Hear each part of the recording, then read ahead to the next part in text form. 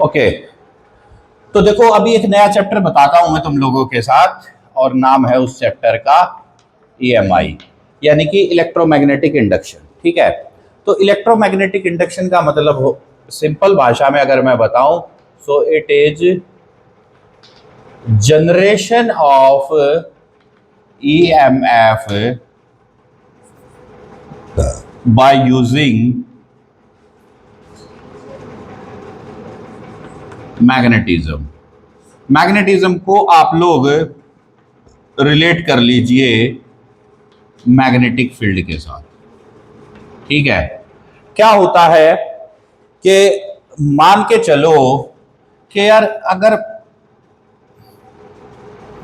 ये मान लीजिए एक कॉइल है, ठीक है भाई, ये एक कॉइल है और इसके साथ मैंने एक गैल्वेनोमीटर कनेक्ट कर दिया। क्या होता है गैल्वेनोमीटर? एक ऐसा डिवाइस जो करंट को डिटेक्ट करता है। ठीक है, यानी कि अगर इस कॉइल में करंट अगर किसी भी वे से डेवलप हुआ है और किसी भी डायरेक्शन में अगर है, तो डिफ्लेक्शन गैल्वेनोमीटर में दिख जाएगी। यानी कि अगर गैल्वेनोमीटर में डिफ्लेक्शन दिखी तो इस बात का प्रमाण है या इस बात का प्रूफ है कि इस कॉइल में करंट डेवलप हुआ। ठीक है, अब क्या करते हैं हम लोग कि मान लीजिए कि हमारे पास ये एक बार मैग्नेट है। ठीक है बच्चों, क्लियर?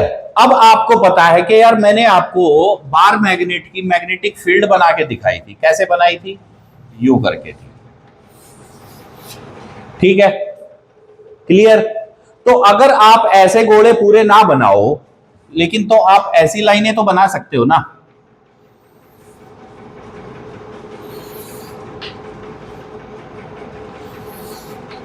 ऐसे तो बना ही सकते हो, क्योंकि अगर पूरे बनाएंगे तो बहुत बड़े बड़े से दिख जाएंगे। अब देखो, अब अगर मान लीजिए कि मैं इस बार मैग्नेट को आगे की तरफ मूव करता हूं, तो जितनी भी मैग्नेटिक फील्ड लाइन इसने प्रोड्यूस करी है वो मैक्सिमम फील्ड लाइन इस कॉइल के अंदर से जाएंगी। और जब मैं इससे दूर लेके जाऊंगा, तो यार एक बात बताओ, जो ये वाला फील्ड है जब दूर जाएगा तो दूर जाने पर ये फील्ड तो कॉइल के अंदर से जा ही नहीं पाएगी, नहीं जा पाएगी ना, ये वाली, सिर्फ ये वाली जा पाएगी, है ना। तो इसका मतलब ये है कि अगर मैं इस बार मैग्नेट को टू एंड फ्रो मोशन पर कर दूं, तो जो मैग्नेटिक फील्ड लाइन इस कॉइल को पास कर रही है उसका नंबर घटता और बढ़ता है, यानी कि वो कम और ज्यादा होते हैं। अगर वो कम और ज्यादा होते हैं तो आप मुझे एक बात बताओ कि आपने पढ़ा था चैप्टर 1 में इलेक्ट्रिक फ्लक्स, वो क्या होता है? Number of electric field line passing normally through a surface. Surface को हटा दो, कॉइल डाल दो, कॉइल, हालांकि सरफेस, क्योंकि कॉइल के पास भी सरफेस ही होता है। ठीक है, तो अगर आप सरफेस को भी रखना चाहो तो भी कोई दिक्कत नहीं है, लेकिन अगर कॉइल रख दोगे तो रिलेशन ज्यादा फैमिलियर बन जाएगा। तो अगर मैं ये कहूं कि number of field line passing, number of magnetic field line passing through a coil is magnetic flux, बात समझ आ गई? तो किसी भी कॉइल से कितनी मैग्नेटिक फील्ड लाइन आर पार जा रही है उसका नाम हमने मैग्नेटिक फ्लक्स रखा। तो इसका मतलब जो मैग्नेटिक फील्ड लाइन इस कॉइल के इस एरिया में से आ जा रही है उसको मुझे क्या नाम देना पड़ेगा? Magnetic flux. अब जब ये मैग्नेटिक फील्ड लाइंस का नंबर ज्यादा है तो मैं बोलूंगा कि मैग्नेटिक फ्लक्स ज्यादा। अगर मैग्नेटिक फील्ड लाइन का नंबर इस कॉइल के अंदर से कम पास हो रहा है तो मैं बोलूंगा कि फ्लक्स कम है। लेकिन वो नंबर जो है वो कम और ज्यादा किसकी हेल्प से हो रहा है? मैग्नेट के मोशन की वजह से। किसकी वजह से हो रहा है? मैग्नेट के मोशन की वजह से। तो जब हम लोग इस मैग्नेट को मूव कराते हैं तो इसके साथ जो फ्लक्स लिंक कर रहा है, लिंक का मतलब जो इसके साथ जुड़ा हुआ है, ठीक है, जो फ्लक्स लिंक कर रहा है इस कॉइल के साथ वो भी घट बढ़ रहा है। उस फ्लक्स के घटने बढ़ने को हम फिजिक्स में बोल देंगे चेंजिंग फ्लक्स, क्या बोल देंगे, चेंजिंग फ्लक्स। तो भैया जब एक कॉइल के साथ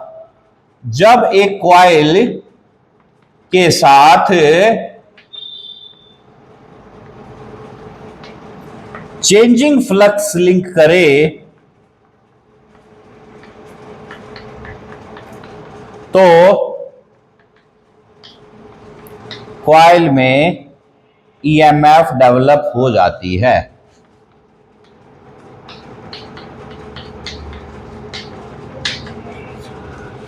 बात समझ में आ गई? क्या है कॉन्सेप्ट? अगर कॉइल के साथ चेंजिंग फ्लक्स लिंक करे तो कॉइल में ईएमएफ डेवलप हो जाती है, और ईएमएफ का मतलब पोटेंशियल। सिंपल सी बात है भाई। यानी कि अब आप देखो इसमें जब ये बार मैग्नेट आगे पीछे करी तो हमारा मैग्नेटिक फ्लक्स का जो मैग्नीट्यूड है वो कम ज्यादा हुआ, जिससे कि एक चेंजिंग फ्लक्स डेवलप हुआ। उस चेंजिंग फ्लक्स की वजह से इस कॉइल के अंदर करंट डेवलप हुआ। वो करंट इस गैल्वेनोमीटर ने डिफ्लेक्शन शो करके डिटेक्ट करके दे दिया कि भाई इस कॉइल में ये जो पूरा प्रोसेस होता है इतना लंबा चौड़ा, इसका नाम हमने एक छोटा सा नाम रख दिया इलेक्ट्रोमैग्नेटिक इंडक्शन, यानी कि generation of EMF by using magnetic field. बात समझ में आ गई? ये हमारा बहुत ही एक फंडामेंटल कॉन्सेप्ट है आज के टाइम में हमारे करंट को जनरेट करने का। जितनी भी आप अपने घरों में ये जो एसी वोल्टेज आप देखते हो, जो आपके घरों में जो इलेक्ट्रिसिटी आ रही है, इलेक्ट्रिक करंट जो आपके घर में आ रहा है, इलेक्ट्रिक पावर जो आपके घर में आ रही है, ये सारी की सारी कैसे पैदा होती है? आपने बचपन में देखा होगा कि यार एक हाइड्रो इलेक्ट्रिक डैम होता है, सुना था कि डैम से बिजली बनती है, टरबाइन घूमती है ना। वो टरबाइन के घूमने से कैसे बिजली बनी? क्योंकि टरबाइन के साथ में एक जो है अल्टरनेटर कनेक्ट होता है। पर्पस है उस अल्टरनेटर को घुमाने का, क्या बोलते हैं, उस अल्टरनेटर को घुमाने का। अगर आप एक डैम को यूज करेंगे तो भैया डैम में तो 24 घंटे 7 दिन पानी खत्म होता नहीं है, लगातार पानी गिरता रहेगा, तो आपको लगातार बिजली मिलती रहेगी, ठीक है। लेकिन अगर आप उस अल्टरनेटर को एक डीजल इंजन की हेल्प से घुमाएं, जिसको कि आप लोग सिंपली जनरेटर बोलते हो, जो आपके घरों में यूजुअली कब आता है यार, ब्याह शादियों में जब टेंट लगाते हैं वहां लेके आते हैं, बाहर खड़ा रहता है एक, है ना। हाँ, तो उसको आप जनरेटर बोलते हो। लेकिन वो पूरा का उस जनरेटर वर्ड का मतलब क्या है? Which generate electricity. उसके अंदर क्या होता है? एक इंजन होता है जो कि बड़ी आवाज कर रहा होता है। वो तो जो आपको आवाज आ रही होती है ना, वो इंजन की आवाज होती है। लेकिन उसके साइड में जो एक पीछे वो एक सिलेंड्रिकल शेप में रहता है छोटा सा, वो होता है अल्टरनेटर। उसको घुमाने से आपको, जिसमें से वायर आई हुई होती है, अगर आप किसी जनरेटर को देखोगे ना तो वहां से एक वायर आ रखे होंगे, यानी कि आपने वहां पर तार जोड़ रखे होंगे, सिंपल सी बात में। तो वो जो आपने तार जोड़े हैं ना वहां पर, जिसके साथ जोड़े हैं, वो अल्टरनेटर है। और एक शाफ्ट की हेल्प से, कपलिंग की हेल्प से वो एक इंजन से कनेक्ट है, इंजन उसको घुमा रहा होता है। लेकिन जो रियल में जो इलेक्ट्रिक पावर जो जनरेट करने का जो काम है वो उस अल्टरनेटर का ही है। अब क्लैरिटी मिल गई कि ईएमआई क्या होता है। तो इसी से आपको यह भी पता लग गया कि एसी जनरेटर किस सिद्धांत पे काम करता है, किस पे काम करता है?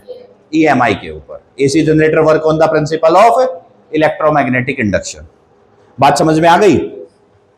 तो यार ये हो गया हमारे पास ईएमआई का कॉन्सेप्ट। अब सबसे पहले हम लोग बात करते हैं कि भाई ये लिख लिया होगा, नहीं लिखा तूने? आलसी लड़की, बैठी रह तू, ठीक है। देखो अब इसके लिए हमारे को सबसे पहले डिफाइन होना चाहिए मैग्नेटिक फ्लक्स, ठीक है। क्या होना चाहिए? Magnetic flux. इसको फाई से रिप्रेजेंट करेंगे, ठीक है। तो मैग्नेटिक फ्लक्स क्या होगा? Total number of magnetic field lines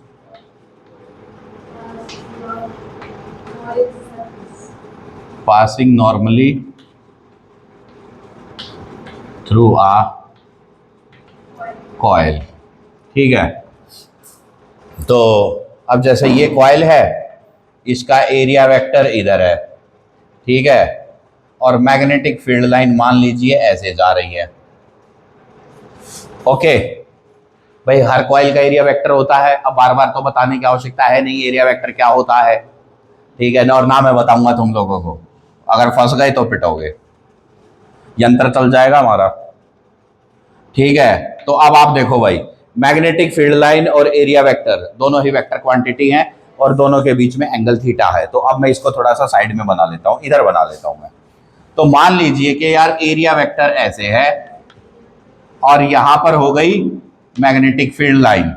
तो अब एक बात बताओ, ये अगर थीटा एंगल है तो मैग्नेटिक फील्ड लाइन का कौन सा कंपोनेंट यहां आ जाएगा, बी कॉस थीटा। तो मैग्नेटिक फ्लक्स क्या हो गया, इन दोनों का मल्टीपल, ए का मैग्नीट्यूड इनटू बी, तो A B cos theta. So this is our magnetic flux which is equal to A dot B कह लो या बी डॉट ए कह लो, क्योंकि डॉट प्रोडक्ट है, कुछ फर्क नहीं पड़ता ए बी लिखने से या बी ए लिखने से। ठीक है, तो ये है हमारे पास इसकी कहानी। अब देखो ये मैग्नेटिक फ्लक्स किसके ऊपर डिपेंड कर रहा है, सबसे पहली बात, तीन बात पे, एरिया ऑफ द कॉइल किस पे डिपेंड कर रहा है, area of the coil, magnitude of magnetic field और कॉस एंगल, तीन फैक्टर पे।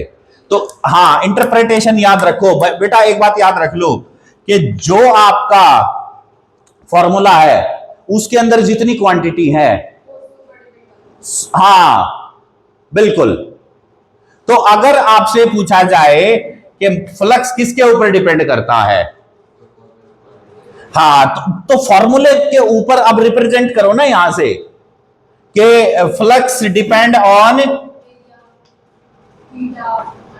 नहीं थीटा को ऐसे नहीं बोलना है क्योंकि depend on area of coil. ठीक है, दूसरा मैग्नीट्यूड ऑफ मैग्नेटिक फील्ड, और तीसरा हाँ नहीं, कॉस एंगल को तो आप बातों, लेकिन कॉस एंगल का फिजिकल मतलब क्या है, क्योंकि फिजिक्स में हर क्वांटिटी का फिजिकल मतलब होता है। हाँ नहीं, angle between area vector and magnetic field, ये तो मैथमेटिकल बात हो गई। ओरिएंटेशन क्या है, ओरिएंटेशन,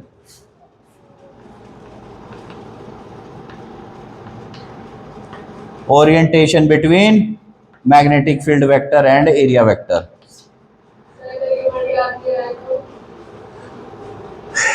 लर्निंग स्टेज में हो ना, पहली बारी में खाना खाना सीख गए थे, दूध पीना सीख गए थे, तो अपने आप को यहां क्या तुम आइंस्टाइन समझ रहे हो कि पहली बारी में ही सब सीख जाओगे। खाना खाना आज अच्छे से आता है, हाँ, अब तुम कन्या हो, हमारी बेटी के समान हो, अब तुम्हें अगर हम ऐसा उदाहरण दें तो बुरा लग जाएगा, लेकिन इसको बोल के कहूंगा बात। भाई तुम एक बात बताओ, जब मान लो तुम किसी लड़की के साथ डेट पे गए, ठीक है ना भाई, उसके खाने के नखरे चालू, और तो और खाने का तौर तरीका ही बदल जाता है, सही बोला ना, हाँ, मतलब ऐसे दिखाएगी जैसे चिड़िया थोड़ा थोड़ा सा, मतलब है ना, हाँ, हाथ एकदम उसके सेंसिटिव हो जाते हैं, समझ रहे हो ना बात को। तो इसी बात को ध्यान में रखो कि हाँ, नहीं वो अच्छा, वो टिश्यू पेपर भी कैसे, एक तो ऐसे होता है, एक हमारे जैसे लोग होते हैं, यूं लिया यूं करते हैं। अच्छा, एक लड़कियां होती है, पता है, पहले तो इसको लेंगी, इसकी प्रेस करेंगी, आयरन करेंगी इसको यूं यूं, अच्छा फिर अरे भाई क्या हो रहा है, उसने ये बोला था टच नहीं करना है, सफाई के लिए स्क्रबिंग रबिंग करनी पड़ती है, ये पता नहीं भाई, हाँ ये तो। अच्छा एक बात बताओ कि जिस लड़की ने बचपन में खाना खाना भी नहीं आता था, अब वो अगर एक डेट पे गई है तो वो नखरे के साथ खाना तक सीख गई है, तो ओरिएंटेशन नहीं सीख सकती, अब आगे से तू तो बोलेगी नहीं कि मैं भूल जाऊंगी, नहीं बोलेगी ना? हाँ बोली होगी मत। हाँ, मेरी क्लास का नियम एक ही है भाई, ठीक है? मैंने तुम्हें बोला है कि अगर बात तमीज, लहजे और समझाने की है तो I count my self one of the best teacher of the India, ठीक है? मैं आपको सही बताता हूं, बात समझाने की है, मैं हमेशा ये क्लेम करता हूं, और हमेशा मैं ये बात आज से नहीं सालों से बोलता आया हूं कि भाई साहब, मैं एक रोड पे चलते इंसान को जिसका फिजिक्स से कोई लेना देना नहीं, मैं उसको तुम जो कॉन्सेप्ट कहो मैं वो समझा दूंगा, गारंटेड बात है। क्योंकि तुम लोग तो अपने नंबरों के लिहाज से पढ़ रहे हो ना सिलेबस में, तो तुम्हारा तो कॉन्सेप्ट अलग है, लेकिन कोई इंसान जिसका नंबरों का, सिलेबस का कोई लेना देना नहीं है, तो वो फिजिक्स पे अगर बात करेगा तो प्योर इंटरेस्ट पर बात करेगा, उसके लिए नई चीज है, वो भाई साहब गारंटेड सीख जाएगा, ठीक है? तो है क्या जिसको नहीं, मतलब तो बात तो देखो इंटरेस्ट की होती है, एक वो नहीं है हमारे वो यार, वो एक वो है तो यूपीएससी वगैरह की तैयारी करवाते हैं, लेकिन वो अपना ज्ञान हर बात पे फैलते रहते हैं ना ना, वो train, engine, technical, motor, electric current, कहने का मतलब जो भी कोई है, तुम समझ गए मोटे तौर पे कि एक ऐसा भी टीचर है जिनका साइंस की फील्ड से लेना देना नहीं है, लेकिन वो एक टॉपिक पढ़ा, एआई से पढ़ लिया, एआई नहीं है तो गूगल से पढ़ लिया, गूगल से नहीं है तो कहीं से चलो इतना सा बना लिया, उसके ऊपर एक मिनट का एक शॉर्ट बना दिया, दो उसमें सिनेमैटिक इफेक्ट डाल दिए, तो वो चीजें हो जाती हैं। इसीलिए मैं कहता हूं कि उस एक मिनट की शॉर्ट से तुम्हारे तो कुछ पल्ले नहीं पड़ना, बाकी चाहे भाई तुम कुछ भी मान लो, एंटरटेनमेंट, हाँ टीचर को व्यू मिल जाएंगे, उसके पैसे खरे। और आज आज तो 15 जुलाई है ना, तो 15 जुलाई से तो यूट्यूब ने पॉलिसी चेंज कर दी,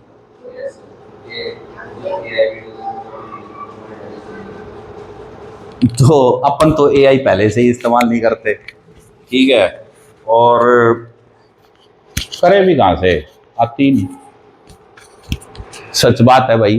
देखो एआई नहीं आती तो डजंट मीन के जीवन में कुछ भी ना आता हो, एआई तो वैसे भी नई नई है, आईटीसीएस वालों के नहीं आती, उन्हीं की नौकरी जा रही है जो अपने आप को चैंप कह रहे थे, समझ रहे हो ना बात को? अच्छा, फिर उसके साथ में क्या हो रहा है कि फिजिक्स आती है, सिखा रहे हैं, पढ़ा रहे हैं, इधर आ जाओ अब। तो इधर आ गया area of the coil, magnitude of magnetic field, अच्छा यार ये टेक्निकली गलत लिखा था, इसके ऊपर वेक्टर साइन डाल दिया, तो magnitude of magnetic field, orientation of magnetic field and area of the coil, इनके ऊपर ये डिपेंड करेगा। अच्छा, अब सवाल ये उठता है कि यार इसका एक डायमेंशन भी होना चाहिए, डायमेंशन भी होना चाहिए, और इसका क्या, इसकी यूनिट भी होनी चाहिए, ठीक है? जी हाँ, तो भैया फ्लक्स होता है बी ए कॉस थीटा, इसकी tesla, area metre square, 1 tesla metre square is equal to 1 weber, ये इसकी एसआई यूनिट है। तो 1 WB is equal to 1 tesla metre square.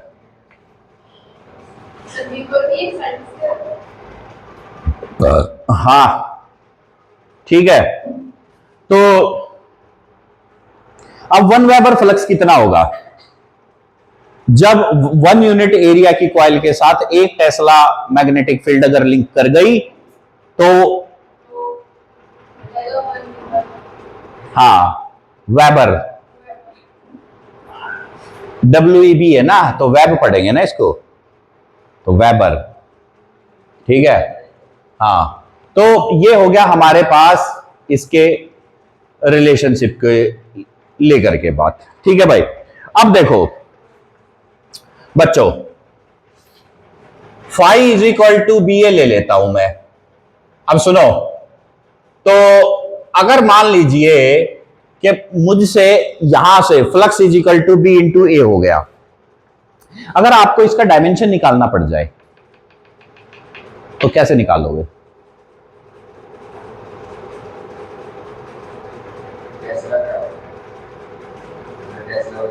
तो मैग्नेटिक फील्ड हो गई ना। हाँ, तो बताओ, रट्टा मारना है तो ml²t-2a-1 हो जाएगा। अगर इसका आपको डायमेंशन लिखना है ना तो ml²t-2a-1, इसको याद कर लेना, ठीक है। लेकिन ये निकलेगा कैसे? देखो, magnetic field F is equal to QVB होता है, तो B की वैल्यू हो गई F अपॉन QV। अब इसको डालो, force into area divided by charge into velocity. Force का डायमेंशन होता है mlt-2, एरिया का डायमेंशन होता है l², चार्ज का डायमेंशन होता है एम्पियर इंटू टाइम, और वेलोसिटी होता है lt-1। सबको हिसाब किताब बैठा दोगे तो यही आ जाएगा।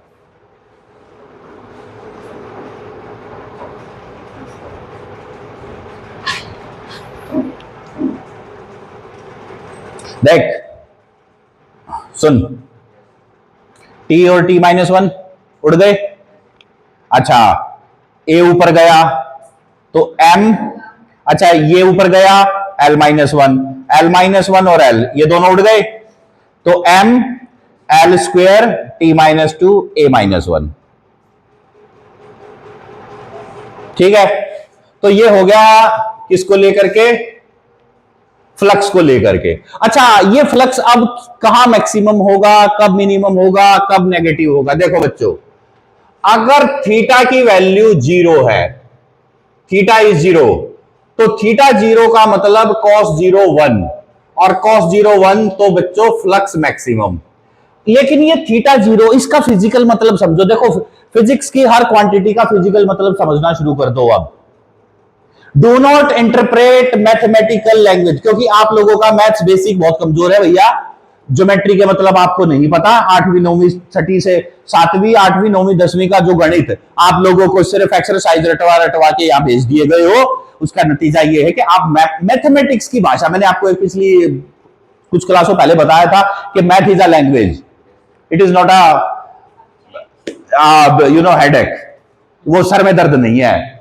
मैथ एक भाषा है, उस भाषा को सीखना पड़ता है, जिस प्रकार से संस्कृत एक भाषा है, और जिस प्रकार से, क्योंकि देखो मैथ से आपको मिलता क्या है? इंफॉर्मेशन मिलती है। Any method which convey information is a language. Language की डेफिनेशन क्या है? The mode of conveying information is language, by oral और बाय रिटन। तो मैथ्स भी तो यही है। अब मान लीजिए आपसे पूछा गया कि यार ये बताओ कि क्या है यार, कुछ है नहीं, हाँ मान लो कि ये ज्योमेट्री है, आपसे पूछा गया कि ये सतह कितनी है, तो कितनी है एक क्वेश्चन है ना, उसकी इंफॉर्मेशन कैसे पता लगेगी? इस लंबाई को और इस चौड़ाई को गुणा कर दो। तो वो लंबाई और गुणा जो करना है, that is mathematical process, but the outcome is information. The same way यहां पर the outcome is information, this is the mathematical aspect. अब इसको अगर मैं ये थीटा को 0 बोल दूं तो इसका मतलब क्या है? What does it stands for if theta is 0? बोलो। मैग्नेटिक फील्ड और हाँ, एरिया, सरफेस एरिया और मैग्नेटिक फील्ड पैरेलल है, या एरिया वेक्टर और मैग्नेटिक फील्ड पैरेलल है? दो बातें बोली मैंने, सरफेस एरिया और एरिया वेक्टर और मैग्नेटिक फील्ड। मुझे बताओ कौन कौन पैरेलल है? एरिया वेक्टर और, हाँ, एरिया वेक्टर और मैग्नेटिक फील्ड। लेकिन सरफेस एरिया के साथ कितना एंगल है? किसका? हाँ, मैग्नेटिक फील्ड। फिर उल्टा बोल रही है तेरे, तो तेरा दिमाग खराब हो गया। आज इसका दिमाग सही चल रहा है, आज ये ऊर्जा में है, ठीक है, आज ये सही जवाब दे रहा है। पता नहीं कैसे। देखो थीटा जीरो का मतलब होता है magnetic field vector parallel to area vector, और magnetic field vector perpendicular to surface area, a scalar.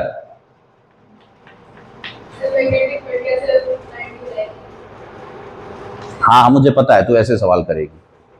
ये देख, ये एक सरफेस है, इसका एरिया वेक्टर किधर है, इधर है, ठीक है। अगर इसका ये इधर है तो चल मैंने इसको यहां दिखा लिया, ठीक है। ये क्या है, मैग्नेटिक फील्ड।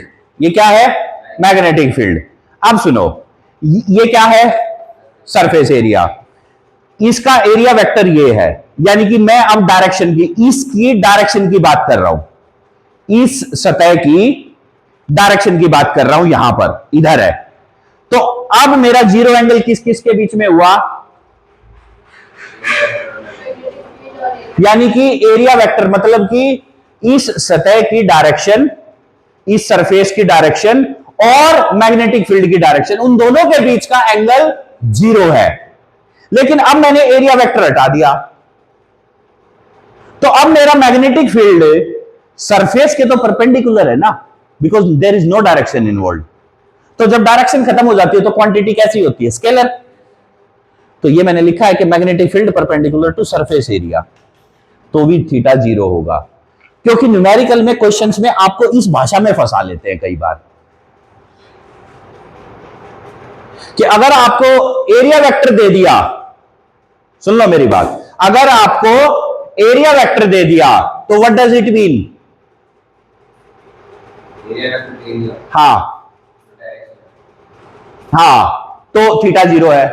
लेकिन अगर उन्होंने एरिया वेक्टर ना देकर के the magnetic field is perpendicular to the surface of the coil, perpendicular to the, हाँ तो भी जीरो, क्योंकि परपेंडिकुलर वर्ड डाल दिया। बात समझ में आ गई ना। तो इस तरीके से आप लोगों को यह बात समझनी है कि अगर डायरेक्शन स्पेसिफाइड है तो कैसे है। क्योंकि नहीं लिखा आप भी, शाबाश, मत लिख, 2 क्लास बाद याद है। ये इधर का लिख लिया, ये गलत बात है, तू तो दिमाग खराब है। आज तेरा ध्यान नहीं, आज तेरे मूड स्विंग हो रहे हैं, ठीक है। अगर फाई, सुनो बच्चों, अगर थीटा 90 हो जाए तो फ्लक्स जीरो हो जाएगा। तो थीटा 90 कब होगा, कि magnetic field vector perpendicular to area vector होगा।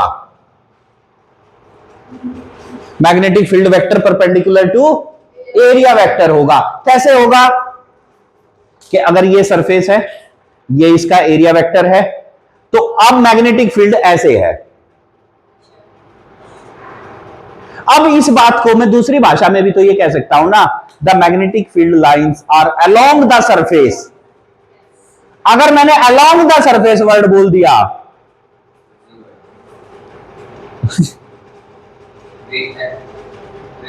अरे यार वर्ड तो वही है। अगर मैंने बोल दिया magnetic field line are along the surface, along the surface तो ये है भाई साहब, भाषा में मत फंसो, अंग्रेजी है भाई। अलोंग द सरफेस मतलब सतह के साथ साथ से। अलोंग द वॉल का मतलब क्या होता है, हाँ, तो अभी इसमें अगर मैं ये बोलूंगा कि field line along the surface है तो क्या मतलब है, तो इससे चिपका हुआ है ना। तो इस केस में अगर आप इस फॉर्मूले में वैल्यू डाल रहे हो तो एंगल कितना लोगे फिर,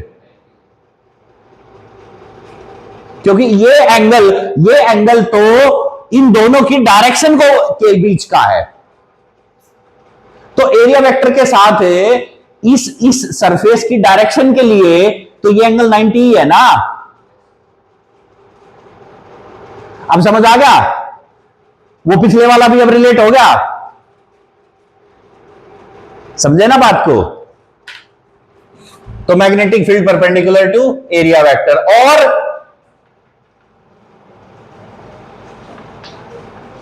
magnetic field lines along surface of coil, ये वर्ड भी इसी का मतलब यही है कि सतह के साथ साथ है, तो एरिया वेक्टर के साथ। इसलिए मैंने कहा था कि डायरेक्शन का बहुत बड़ा लफड़ा है। अब समझ में आ गया ना कि डायरेक्शन। अच्छा सुनो, डायरेक्शन किस किस क्वांटिटी से मिलेगी? फिजिक्स में कितनी प्रकार की डायरेक्शन होती है? देखो सुनो, नहीं नहीं नहीं, नहीं। Positive negative, clockwise anti clockwise, outward inward, ठीक है, और अपवर्ड डाउनवर्ड। अपवर्ड डाउनवर्ड तो बहुत कम, हाँ लेकिन वो ले लेते हैं, ले लिया, मान लिया। और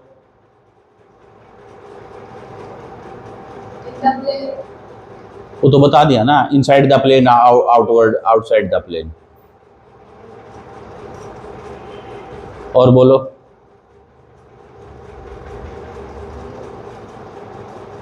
अब आती है डायरेक्शन टेन एंगल की फॉर्म में, साइन एंगल की फॉर्म में और कॉस एंगल की फॉर्म में।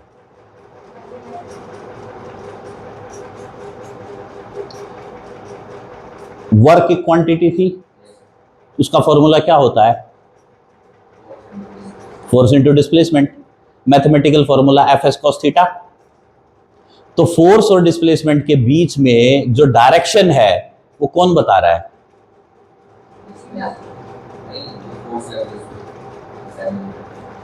चल, अरे भैया, बी ए कॉस थीटा में मैग्नेटिक फील्ड और एरिया इन दोनों के बीच में क्या क्या डायरेक्शन है, कौन बता रहा है? कॉस एंगल ही तो बता रहा है, तभी तो इसके बदलने से फ्लक्स बदल रहा है। तो कॉस ने यहां बता दिया। अच्छा, अभी सुनो, पिछले चैप्टर में वो पढ़ के आए थे, F is equal to Q V cross B is equal to Q V B sine theta. अब चार्ज तो हो गया स्केलर, मैग्नेटिक फील्ड और चार्ज की वेलोसिटी वेक्टर के बीच में क्या दिशा है, किससे पता लग रही है? साइन एंगल से भी। और अगला पॉइंट एक ले आओ, अब पैरेललोग्राम लॉ में रिजल्टेंट वेक्टर की डायरेक्शन किससे पता लगती है? Tan beta B sine theta upon A plus B cos theta, मतलब टेन एंगल से। तो ट्रिग्नोमेट्रिक एंगल आपको क्या देते हैं? डायरेक्शंस। फिजिक्स में ट्रिग्नोमेट्रिक एंगल डायरेक्शन ही देते हैं, ये याद रखना। जहां पर भी आपने ट्रिग्नोमेट्रिक एंगल देख लिया, वो डायरेक्शन है, उस तरफ है वो क्वांटिटी। ये अपने दिमाग में बैठा लो, डायरेक्शन का बहुत बड़ा रोल है। समझ में आ गई बात? तो अच्छा, इसकी एक और यूनिट होती है, 1 वेबर इज इक्वल टू 10 की पावर 8 मैक्सवेल। ये भी इसकी एक यूनिट होती है। क्या होती है? हाँ, 1 weber is equal to 10 raise to power 8 maxwell. अब तो भैया वो तो कर ही लोगे तुम लोग, थीटा 180 के फील्ड एरिया वेक्टर उधर है, फील्ड इधर है, तो फ्लक्स नेगेटिव हो जाएगा। तो वो कैसे निकालोगे? देखो, अगर मैं उसको स्टडी करूं तो क्या होगा, देखो, मान लीजिए ये कॉइल है, इसका एरिया वेक्टर इधर है, लेकिन मैग्नेटिक फील्ड लाइन इधर जा रही है। तो अब बताना थीटा कितना होगा बच्चों? 180 डिग्री। और कॉस 180 क्या होता है? -1 है। ये भगवान, कॉस 0 कितना होता है? क्या बोल रहा है तू? 12वीं क्लास के इंसान, क्यों मेरा खून फूक रहा है? लाइव रिकॉर्डिंग में देख तू क्या ड्रामे कर रहा है। अरे तू तो पता नहीं क्या कर देगा, sign angle, cos angle, cos 180, flux कितना हो गया माइनस बी ए। ये माइनस साइन का मतलब क्या है, ये देखो अभी ये डायरेक्शन दे रहा है, यानी कि flux is negative. Flux is negative का मतलब क्या हुआ है कि जिस तरफ एरिया वेक्टर की डायरेक्शन हम कंसीडर कर रहे हैं ना, मैग्नेटिक फील्ड लाइन उसके विपरीत जा रही है। अपोजिट मतलब विपरीत, उल्टा, आमने सामने, विरोधी। ठीक है ना, जैसे आप मेरे अपोजिट बैठे हो, ठीक है ना, तो इस बात को समझो। अरे ये डायरेक्शन देखो, जिंदगी में दिशाहीन जीवन वही लोग जीते हैं जिनको दिशाओं का ज्ञान नहीं होता। तो दिशाहीन जीवन मत जियो, दिशाओं का ज्ञान सीखो। शुक्र है यहां कोई दिशा नहीं है, नहीं तो बुरा भी मान जाती है ना। हाँ, तो भाई बच्चों देखो, ये तो हो गया हमारा इलेक्ट्रोमैग्नेटिक इंडक्शन का इंट्रोडक्शन कि ये होता क्या है। फिर हमारा हो गया मैग्नेटिक फ्लक्स। ठीक है, मैग्नेटिक फ्लक्स के बारे में हमें पता लग चुका है। अगली क्लास में कराऊंगा फैराडे एक्सपेरिमेंट और फैराडे लॉ और लेंज लॉ। तो till then enjoy, good bye, take care, जय हिंद, जय भारत।